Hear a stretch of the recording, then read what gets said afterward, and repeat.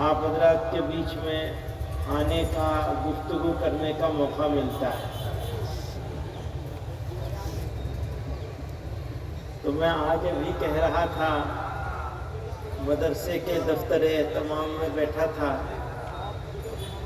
تو مولوی صاحب سے کہہ رہا تھا جی جب بلاؤ گے تب آ جائیں گے، کیونکہ ویسے بھی لوگ سننے کے لیے آتے ہیں، ماننے کے لیے کم آتے ہیں، سننے کے لیے زیادہ آتے ہیں۔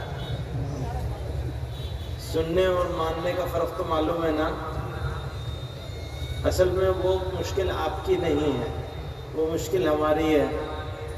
کہنے والے بھی ایسے ہی ہو گئے، جیسے سننے والے ویسے ہی کہنے والے۔ بھائی جب کہنے والے اللہ میاں کی نہیں مانیں گے تو کہنے والوں کی کون مانے گا؟ تو اللہ میاں آپ کو بھی اپنے ماننے والوں میں شامل کر لے، ہمیں بھی اور آپ کو بھی۔ اگر ہم ماننے والے ہو جائیں گے تو اللہ میاں آپ کی بات، آپ کو بات ماننے پر مجبور کر دیں گے، کیونکہ بات جو ہے نا، کان میں تو آج کل بہت باتیں پڑ رہی ہیں۔ موبائل نے دنیا کو چھوٹا کر دیا، بہت چھوٹا کر دیا موبائل نے۔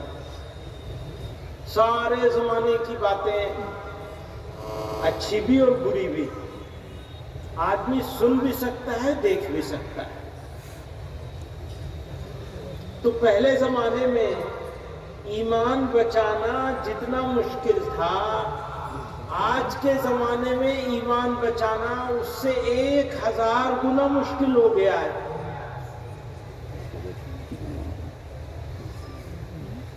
کیسے بچے گا ایمان؟ اور موت کے وقت ایمان کے ساتھ کیسے جائیں گے؟ یہ ہے بحث کا مدعا، بنیادی مدعا ہے یہ، کہ زندگی تو جیسی تیسی گزر گئی، اب موت کا مسئلہ رہ گیا ہے۔ موت کیسے آئے گی؟ اچھی آئے گی یا بری آئے گی؟ اگر موت اچھی آ گئی تو آخرت بھی اچھی ہو جائے گی۔ آخرت کا مطلب سمجھتے ہو؟ آخرت کا مطلب آخر، آخرت کا مطلب جہاں کے بعد کہیں اور جانا نہیں،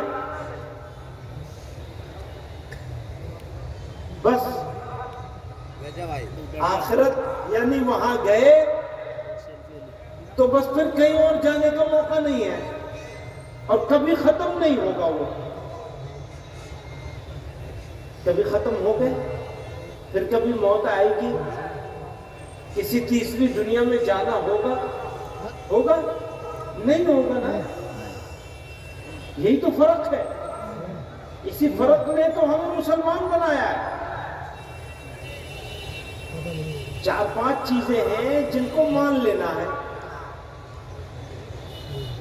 اور اتنی ہی چیزیں ہیں جن کو نہیں ماننا ہے۔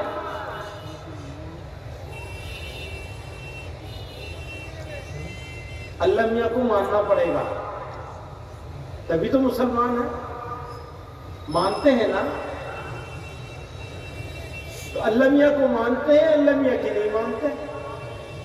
ہم ایسے ہی ہو گئے، ان کو مانیں گے لیکن ان کی بات نہیں مانیں گے۔ اگر ان کی باتیں ماننے لگیں گے تو ہمارے سامنے جو مشکلیں کھڑی ہیں، ان مشکلوں میں سے اکثر مشکلیں حل ہو جائیں گی۔ کوئی تو رہے گی، وہ اللہ میاں نے امتحان بھی لینا ہے، اکثر لیکن ختم ہو جائیں گے۔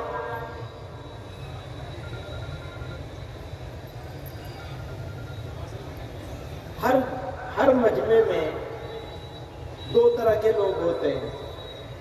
ایک بزرگ ہوتے ہیں جن کا کام پورا ہو چکا، اور ایک بچے ہوتے ہیں جوان، ان کا کام شروع ہو رہا ہے۔ بچوں کا، جوانوں کا شروع ہو رہا ہے۔ اب جوان ہیں، شادی ہوگی، ان کے بچے ہوں گے۔ اور جوان ہیں، ان کے ماں باپ ہیں بزرگ موجود، تو ان کو سنبھالنا ہوگا۔ دو کام ہے جوان کے پاس، بچوں کو پالنا، بزرگوں کو سنبھالنا۔ شکایت کیا ہے؟ سماج میں یہ شکایت ہو گئی ہے پیدا کہ پہلے کے بچے اپنے بزرگوں کے وجود کو برکت سمجھتے تھے، آج کے بچے اپنے بزرگوں کو زحمت سمجھنے لگے۔ کبھی رحمت ہوتا تھا، ابھی زحمت بن گیا۔ کیوں ہوا ایسا؟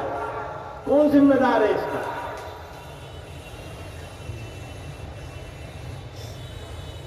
پورا سماج یا سماج کے اکثر لوگوں میں، جوانوں میں ایسی پوزیشن کیوں آ گئی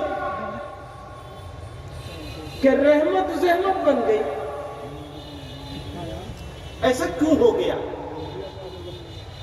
اس کے بارے میں فکر کرنی پڑے گی، سوچنا پڑے گا، چنتا کرنی پڑے گی، بحث کرنی پڑے گی۔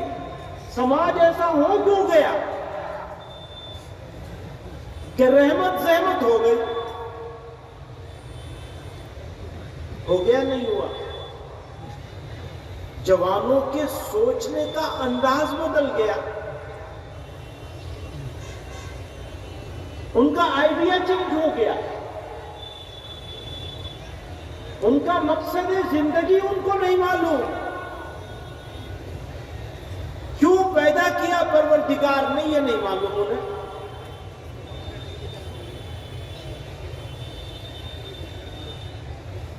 بس پیدا کر لیا، پڑھایا لکھایا نہیں۔ میں بزرگوں سے کہہ رہا ہوں، آپ نے دھیان نہیں دیا اپنے بچوں کا۔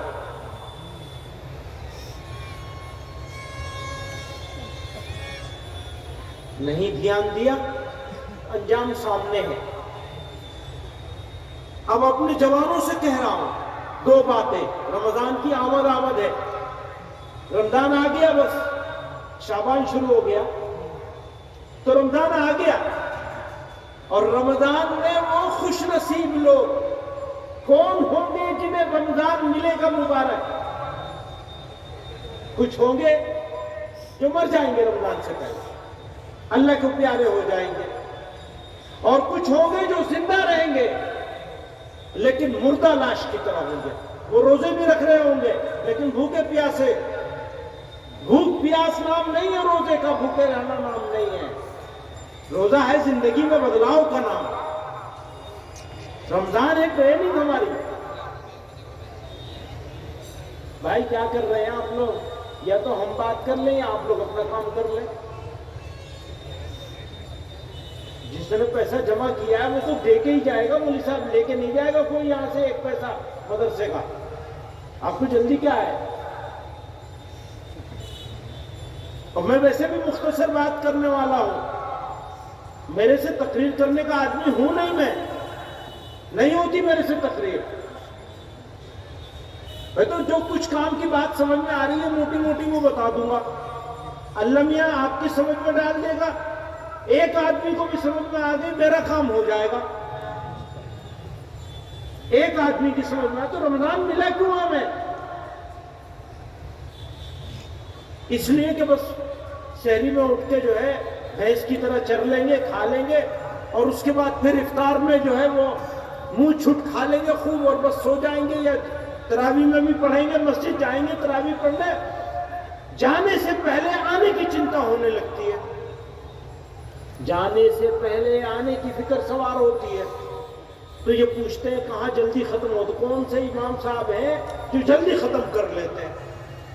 بھائی موقع ہے شب گزاری کا، کھڑے ہو جاؤ اللہ کے سامنے، تھوڑی دیر تو کھڑے ہو جاؤ، بے فکری کے ساتھ گھڑی مت دیکھو کہ آج 40 کے بجائے امام صاحب نے 45 لگا دیا، جنے میں نیند آ رہی تھی، 5 منٹ میں یہ اعتراض ہونے لگتا ہے مصلیان کرام کی طرف سے۔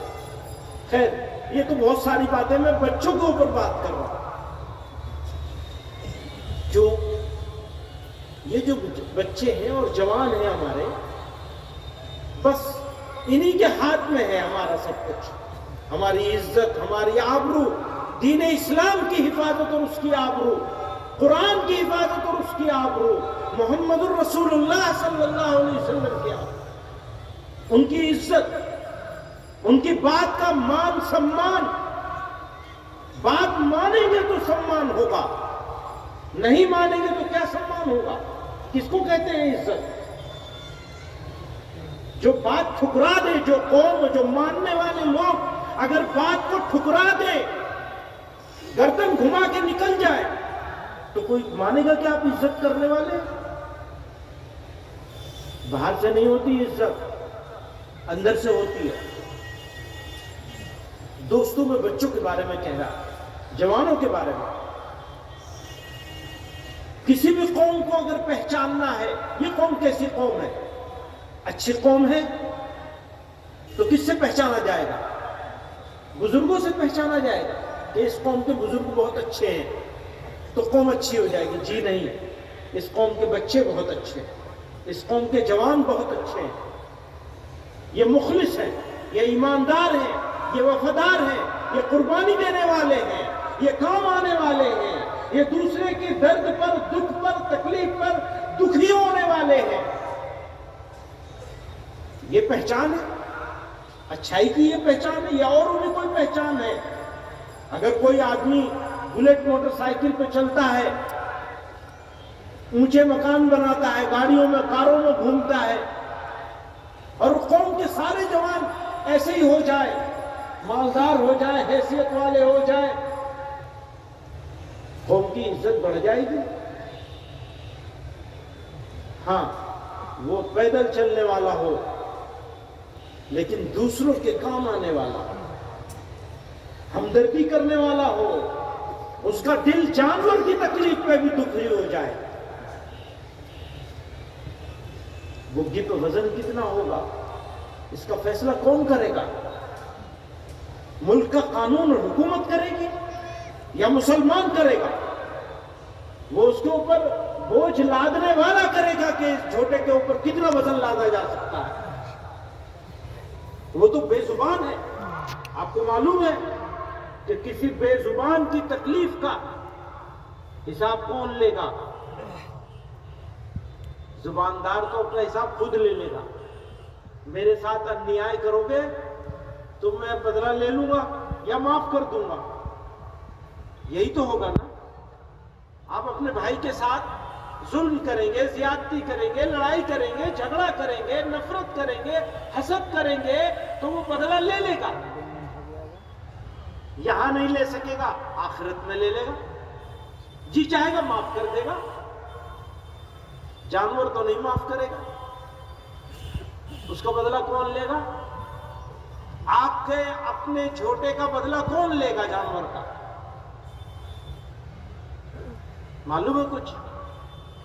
اس کی طرف سے دعوے دار کون ہوں گے؟ اللہ میاں ہوں گے۔ قیامت کے دن اللہ تعالیٰ دعویٰ کریں گے تم نے یہ زیادتی ظلم کیا تھا بے زبان جانور پر۔ اللہ کی مخلوق ہے۔ فرمایا نبی علیہ الصلوۃ والسلام نے الخلق عیال اللہ، اللہ کا کنبہ ہے، اس کا پریوار ہے، اس کی فیملی ہے، ہر جاندار۔ الخلق کا لفظ استعمال کیا، انسان کا لفظ نہیں استعمال کیا۔ دوستو، بات بچوں کی ہو رہی ہے۔ یہ مولوی صاحب بتا رہے تھے ایسا ہوگا ویسا ہوگا، اسکاؤٹنگ کی بات بتا رہے تھے، تو مجھے خیال آ رہا تھا ایک آدمی کا بچہ کارآمد کیسے ہوگا؟ تو میں ہمیشہ ہر جگہ جہاں موقع ملتا ہے بات کہا کرتا ہوں، بھیا جتنا اپنی بکری کا دھیان کرتے ہو صبح شام، اتنا ہی اپنے بچوں کا کر لو کم سے کم۔ بچوں کا حق تو اس سے زیادہ ہے، لیکن اگر اتنا نہیں کر سکتے تو کم سے کم اتنا تو کر لو جتنا بکری کا دھیان رکھتے ہو۔ کہاں جا رہے ہیں، کیا کر رہے ہیں، کیا پڑھ رہے ہیں، کیسے اخلاق ہو رہے ہیں، ان کو اچھی باتیں سکھانے کا کیسے انتظام کیا جائے، وہ انتظام ہے یہ۔ وہ جو اسکاؤٹنگ کی بات ہو رہی ہے، وہ وہ مدرسے کے بچوں کے لیے نہیں ہو رہی ہے صرف، مدرسے کے بچوں کو تو اچھی سے اچھی بات سکھانے کے لیے مدرسے میں بہت سارے چانس ہیں، موقع ہیں.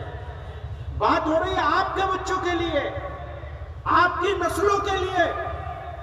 یہ آپ بچے آپ کا جوتا سیدھا کریں گے یا آپ کو جوتے ماریں گے، اس کے علاوہ کچھ نہیں ہے، بیچ کا راستہ نہیں ہے اس میں. یا تو وہ آپ کا جوتا سیدھا کرے گا، آپ چارپائی پہ بیٹھے ہیں اور تھوڑی دیر میں اسے معلوم ہے اٹھنے والے ہیں، اس سے پہلے آپ کا آ کے جوتا سیدھا کر دے گا. اس کو یہ سکھایا جائے گا، سکھانے کے لیے مدرسے میں بھیجنا پڑے گا. اتفاق سے مدرسے میں نہیں بھیج سکے تو ہم لوگوں نے یہ کہا کہ سارے بچے مدرسے میں نہیں آتے ہیں. ہم بھی نہیں کہتے کہ سارے بچوں کو مدرسے میں بھیجو، ہم یہ کہتے ہیں اپنے بچیوں کو اسکولوں میں بھی بھیجو، لیکن ان کو مسلمان تو بناؤ، ان کو مہذب تو بناؤ، ان کو اچھی باتیں تو سکھوانے کا انتظام کرو. اس بات کے لیے یہ اسکاؤٹنگ شروع کرائی گئی ہے تاکہ تھوڑے سے وقت میں کچھ اچھی باتیں بچوں کو سکھا دی جائے. جمود ہے، اطمینان ہے. ہاں جی بس سال میں ایک مرتبہ مدرسے کے جلسے میں آ جائیں گے، پھر کہیں کچھ اور جلسے میں شریک ہو جائیں گے، کام ہو جائے گا. کام تو ارادہ کرنے سے ہوگا، کام کرنے سے کام ہوتا ہے. اگر آپ کے پاس 100 بیگھے زمین ہو، 200 بیگھے زمین ہو، 500 بیگھے زمین ہو، 50 ہو، کتنی بھی ہو، بھائی اس میں بیج ڈالنا پڑے گا، کھاد ڈالنی پڑے گی، نولائی کرنی پڑے گی، گڑائی کرنی پڑے گی، اس میں پانی دینا پڑے گا 2 4 6 مرتبہ، فصلوں کے حساب سے الگ الگ ہے. پھر کٹائی کرنی پڑے گی، اور پھر اس کا اور بہت سارے انتظام ہیں. ایک تھوڑا ہی ہے خالی کٹائی کر کے چھوڑ دو گے تب بھی ختم ہو جائے گا. تو ایک فصل لینے کے لیے کتنے کام کرنے پڑتے ہیں، ایک نسل بنانے کے لیے کتنے کام کرنے پڑیں گے. فصل بنا رہے ہو تو کتنے سارے کام ہیں. زمین کو تیار کرتے ہو، بیج ڈالتے ہو، پانی دیتے ہو، کھاد ڈالتے ہو، فصل تیار ہونے پر کٹائی کرتے ہو، اور صبر کرنا پڑتا ہے. کسی فصل میں 3 مہینے، کسی میں 4 اور 5 بھی جاتے ہیں. بھائی ہوتا ہے نہیں ہوتا؟ تو نسل کے اوپر کوئی کام نہیں کرو گے. نسل سمجھ رہے ہو، اپنے بیٹے بیٹی پر کوئی کام نہیں کرو گے، نہیں کرو گے تو کیسے ہوگا؟ نہیں کرو گے تو جانتے ہو کیا ہوگا. میں اپنے جوانوں سے کہہ رہا ہوں، جو تم نے سلوک اپنے بزرگوں سے کام کیا ہے نا، اس سے 10 گنا زیادہ برا سلوک تمہاری اولاد تمہارے ساتھ کرے. اور مرو گے نہیں اس سے پہلے، جب تک وہ سلوک بھگت نہیں ہوگا. بددعا نہیں کر رہا، حقیقت بتا رہا ہوں، یہ ہونے والا ہے. آپ اپنی اولاد کی فکر کیجئے، اس کی چنتا کیجئے، اس کی تعلیم کا انتظام کیجئے، اس کی تربیت کا انتظام کیجئے. اسے حلال روزی کھلائیے، حرام سے بچائیے، خود بھی بچیے اور اپنی نسلوں کو بھی بچائیے.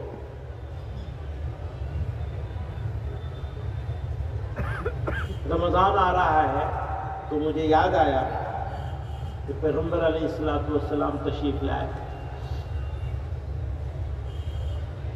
جمعہ کا دن تھا، خطبے کے لیے منبر پر، ایک منبر پر قدم رکھا، آمین فرمایا، دوسرے پہ قدم رکھا، آمین فرمایا، تیسرے پہ بھی آمین فرمایا. 3 مرتبہ آمین آمین آمین فرمایا. صحابہ کرام جو موجود تھے مسجد میں، انہوں نے بھی آمین آمین کہا سن کر. بعد میں پوچھا، نہ تو آپ نے کوئی دعا فرمائی، نہ ہم نے کوئی دعا مانگی، نہ کسی اور نے کوئی دعا مانگی، آپ کس بات کے لیے آمین فرما رہے تھے؟ جناب رسول اللہ صلی اللہ علیہ وسلم نے فرمایا، اللہ کے حکم سے جبریل آئے تھے اور 3 بدبختوں کے لیے بددعا کا حکم لے کے آئے تھے. وہ بددعا فرما رہے تھے، میں آمین کہہ رہا تھا. وہ 3 بدبخت کون ہیں؟ جن کو اللہ کے حکم سے جبریل علیہ السلام بددعا سنانے کے لیے آئے تھے نبی علیہ السلام کی خدمت میں، اور آپ نے آمین فرمایا۔ ایک وہ جس کے سامنے آقا کا نام لیا جائے اور وہ اطمینان سے بیٹھا رہے، منہ میں کہ دہی جما کے، چھوٹی سی چیز ہے کہ وہ ایک مرتبہ صلی اللہ علیہ وسلم نہ کہے، خاموش بیٹھا رہے، بے فکرہ ہے۔ یہ سب سے چھوٹا ادب ہے، آخری، اس سے نیچے کوئی ادب نہیں ہو سکتا کہ جب نام نامی اسم گرامی لیا جائے یا سنا جائے تو صلی اللہ علیہ وسلم کے لیے آدمی وہ بھی نہ کہے تو اس کے لیے بددعا ہے، بدبختی کی۔ دوسرا وہ، اب میں نوجوانوں کو کہہ رہا ہوں، دوسرے وہ جنہوں نے اپنے والدین دونوں یا دونوں میں سے کوئی ایک کو بڑھاپے میں پایا اور خدمت کرتے کرتے کرتے جنت کو مستحق نہ بن سکا۔ سمجھ رہے ہو میری بات؟ دوسرا بدبخت کون ہے؟ بوڑھے ماں باپ دونوں ملے یا دونوں میں سے ایک ملا اور خدمت کر کے بچہ جنتی نہ بن سکا۔ خدمت کر کے ہم جنتی نہ بن سکے تو ہمارے لیے اللہ کے حکم سے حضرت جبریل تشریف لائے بددعا کرتے، اور نبی علیہ السلام نے اس کے اوپر آمین فرمایا اور تمام صحابہ نے بھی آمین فرمایا۔ کتنی بڑی بددعا! تو میں جوانوں سے کہتا ہوں، انہیں طاقت لگانی چاہیے اس بات پر کہ اپنے بزرگوں کو راضی کر لیں، کسی طرح بھی ہو راضی کر لیں، اور اپنے بچوں کی فکر کر لیں۔ تو جو میں نے شروع میں کہا تھا نا، بچوں کو پالنا، بزرگوں کو سنبھالنا، اور یہ بھی ہوتا ہے کمزوری میں آدمی جو ہے تھوڑا خشک ہو جاتا ہے، چڑچڑا ہو جاتا ہے، تو جوانوں اس چڑچڑے پن کو برداشت کرنا پڑے گا، اسی کے لیے بدلہ شاندار ملے گا آپ کو۔ اور آپ نے برداشت نہیں کیا اور آپ نے اف کر لیا، قرآن کریم نے تو یہ حکم دیا وَلَا تَقُلْ لَهُمَا اف، آپ ان کو اف بھی نہیں کہہ سکتے۔ بزرگوں کو، والدین کو اف بھی نہیں کر سکتے، اس کی بھی منع، اس کی تاکید کے ساتھ منع کیا گیا۔ آپ جھڑکنا تو دور کی بات ہے، وہ آگے اگلے لفظ میں یہی فرمایا وَلَا تَقُلْ لَهُمَا اُفٍّ وَلَا تَنْهَرْهُمَا، وَلَا ہے نا، وَقُلْ لَهُمَا قَوْلًا كَرِيمًا، جب بھی بات کرو ان کے ساتھ نرمی سے بات کرو، ان کی تلخی کے جواب میں، کڑوے پن کے جواب میں آپ کو میٹھا ہی بننا ہے، کیونکہ وہ آپ کی ماں ہے، کیونکہ وہ آپ کے باپ ہے۔